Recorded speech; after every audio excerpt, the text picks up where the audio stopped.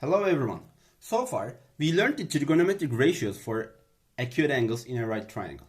In this series of videos, we are going to learn trigonometric ratios for any angle. To do this, we will study the trigonometric functions in the context of the unit circle. So let's remember what the unit circle is. In the figure, you see the unit circle. Center of the unit circle is the origin, which is 0, 0. Radius of the unit circle is 1. There are two x-intercepts and two y-intercepts. So these are the two x-intercepts and these are the two y-intercepts. Since the radius is 1, x-coordinates of the x-intercepts are 1 and -1. This is 1 and this is -1. Y-coordinates of the y-intercepts are also 1 and -1.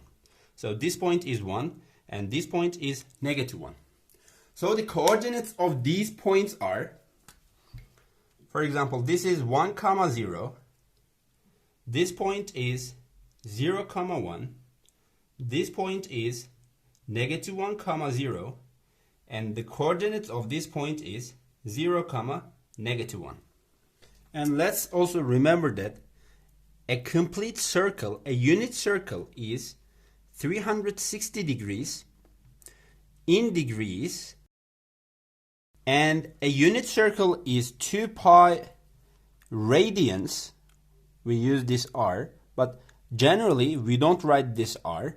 2 pi radians. So we can also say that 180 degrees represents pi. For example, pi over 2 represents 90 degrees and 3 pi over 2 represents 270 degrees. Now we are going to learn the sine function. Let's construct an angle.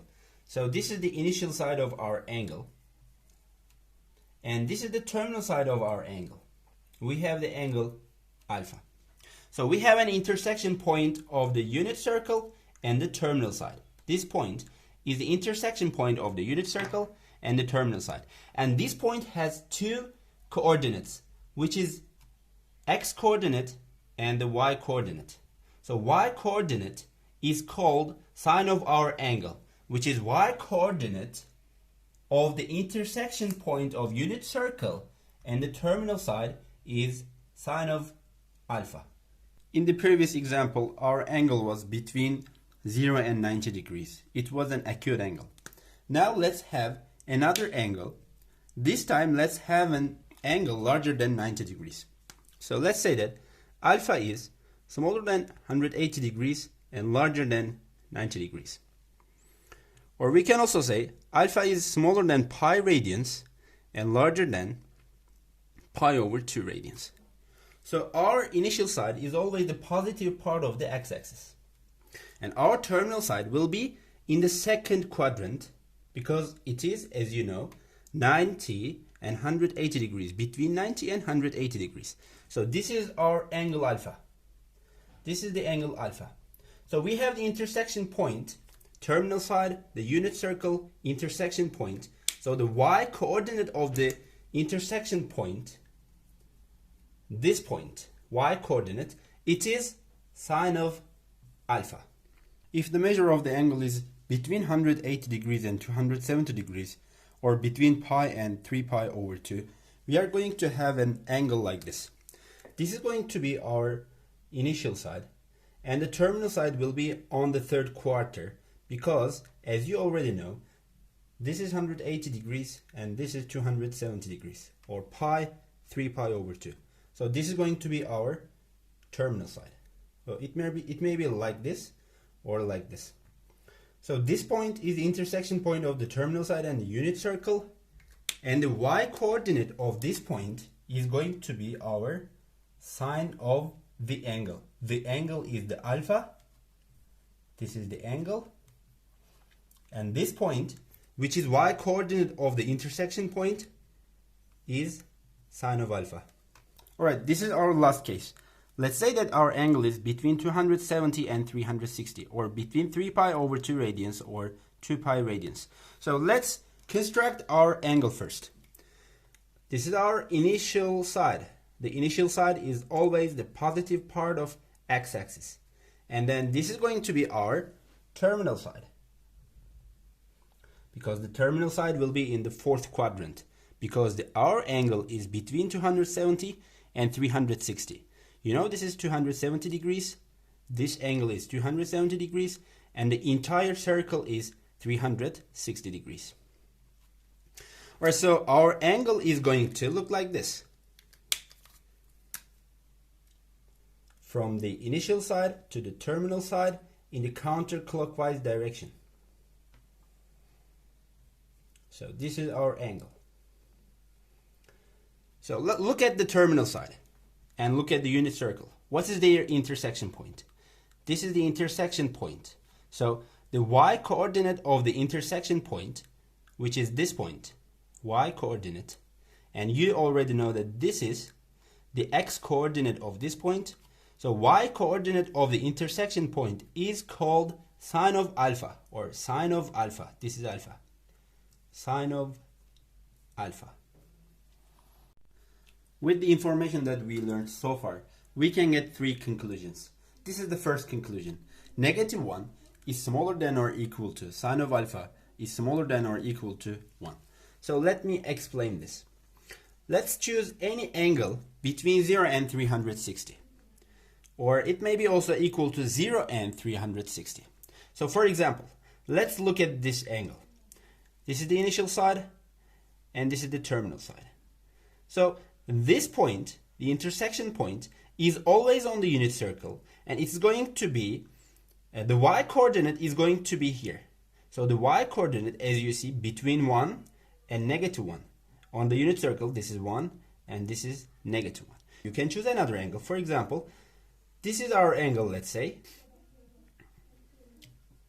So this is the intersection point, and y coordinate of this intersection point lies between 1 and -1. The intersection point is always on the unit circle, so the y coordinate of the intersection point must lie between 1 and -1. It may be also equal to 1 and -1. We are going to see examples about that. This is the second conclusion. As alpha increases, the sine function increases in the first and fourth quadrants and decreases in the second and third quadrants. So let me explain this. Let's have some angles in the first quadrant. So this is our first angle, this is the second angle, this is our third angle. As you see, in each case, the angle increases. And let's look at the intersection points. These are the intersection points. And let's look at the y coordinates of the intersection points. So this is the sine of this angle. This is the sine of the second angle. And this is the sine of the third angle. As you see, this value is smaller than this value, and this value is also smaller than this value. That means as the angle increases, the sine value is also increasing in the first quadrant. Let's look at the second quadrant. So let's have three angles. First, second, and third. Let's look at the intersection points. This is for the first one, for the second one, and for the third one. So the sine value for this angle is going to be this. Sine value for this angle is going to be this, and sine value for this angle is going to be this. So as you see, as alpha increases, the sine value is decreasing. Did you realize that? Alpha increases, but sine value decreases. Let's look at the third quadrant. So first angle, second angle, third angle. So the alpha increases. You see, alpha is increasing. These are the intersection points. So this is the y-intercept, which is sine of this angle. And this is the sine of this angle. And this is the sine of this angle. So alpha increases, but the sine value, which is the y value, decreases. You see, it is decreasing. Let's look at the fourth quadrant.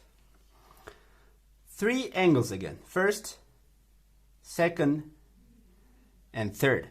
Intersection points. This is the sine value for this angle. This is the sine value for this angle. And this is the sine value for this angle. Alright. Alpha increasing. The angle is increasing. But the sine values, look at the sine values, they're also increasing. For this one, this is the sine value.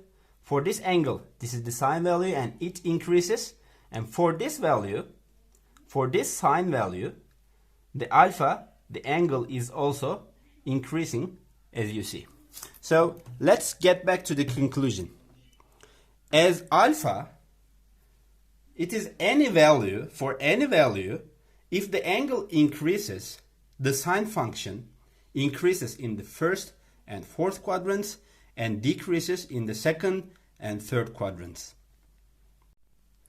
And this is the third conclusion. The sine function is positive in the first and second quadrants and negative in the third and fourth quadrants. So let me explain this. Let me draw a Cartesian plane first. So this is the y-axis and this is the x-axis. And this is the unit circle, let's say. So 1, 1, -1, and -1. So let's have an angle in the first quadrant. In the first quadrant, we are going to have this angle. So the y-axis of the intersection point is positive, as you see. So actually for all these points, the y-axis is a positive number. So in the first quadrant, the sine function is positive. Let's look at the second quadrant. So for example, we can take this. So as you see, the y is positive. The y coordinate of this point is positive. Actually, for all these points, the y coordinates are always positive. So in the second quadrant, sine function is also positive. In the third quadrant, sine function is going to be negative. For all these points, the y coordinate is negative, as you see. So in the third quadrant, the sine function is negative. And in the fourth quadrant, sine function is negative as well, because for all these points, the y values are also, the y coordinates are also negative. First quadrant positive, second quadrant positive, third quadrant negative, and fourth quadrant negative.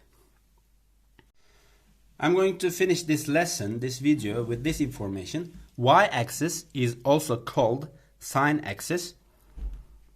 This is the Cartesian plane. You know that this is called x-axis and this is called y-axis. And y-axis is also called sine axis. Thank you very much for listening and see you in the next video.